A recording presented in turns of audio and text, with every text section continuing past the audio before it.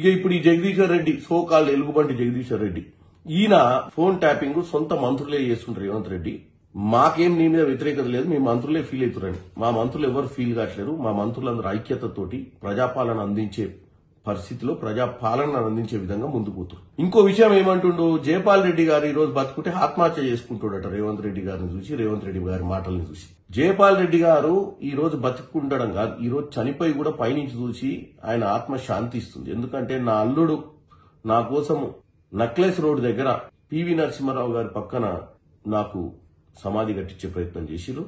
ప్రతి సంవత్సరం వర్ధంతి జయంతి ఉత్సవాలు కూడా చేస్తుండు అని ఆయన గర్వపడతాడు. అసలు బాధపడే వ్యక్తి ఈ రోజు ఎవరన్నా పెద్ద మనిషి ఉన్నారంటే ప్రొఫెసర్ జయశంకర్ గారు. అసలు ఆయన మీ 10 ఏళ్ల దరిద్ర పాలన కొసదాకా ఉండుంటే నిజంగానే ఆయన ఆ రోజు ఏం చేసుకుంటాడో మనకు తెలియదు. నీళ్లు నిధులు నియామకాల నినాదంతో తెలంగాణ బంగారు తెలంగాణ చేయాలన్న ఆశతోటి ఆయన చేస్తే మీరు 8 లక్షల కోట్ల అప్పు చేసి రాష్ట్రాన్ని దోసుకొని పోయినటువంటి దరిద్రపు బతుకులు మీ కుటుంబ సభ్యులు. కాబట్టి ప్రొఫెసర్ జయశంకర్ గారు కనుక బతుకుండా ఒకవేళ పైనుంచి చూసినా గానీ ఆయన ఆత్మ శాంతించకపోవచ్చు. ఈ రోజు జగదీశ్వర్ రెడ్డి గారు, నువ్వు వెనకట మీ దొరవారికి ఉద్యమం సమయంలో సోడా కలిపే సమయంలో మీ దొరవారిని అడిగినమాట, దొరవారు ఇంత కష్టపడుతున్నాం, మరి మనకేమన్నా తెలంగాణ వస్తుందా అంటే ఏడబోయిందిరా తెలంగాణ రానికే. తెలంగాణ ఈయన్నే ఉంది, గాన్నే ఉంటది.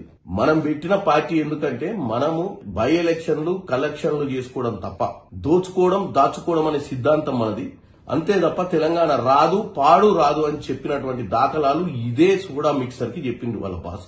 కాకపోతే ఆ రోజు సోనియా గాంధీ గారు ఇచ్చిన మాట ప్రకారం తెలంగాణ ఇస్తే వీళ్లకున్న కల్లుబొల్లు కబుర్లు చెప్పే మాటలతో అధికారంలోకి వచ్చి దోచుకుర్రే తప్ప ఈ జగదీశ్వర్ రెడ్డి 100% విట్నెస్. మరి ఆయన మనస్సాక్షి ఎట్లా ఒప్పుకుంటుందో ఈ రోజు ఈ దరిద్రపు మాటలు మాట్లాడటానికి నాకు అర్థం కావట్లేదు.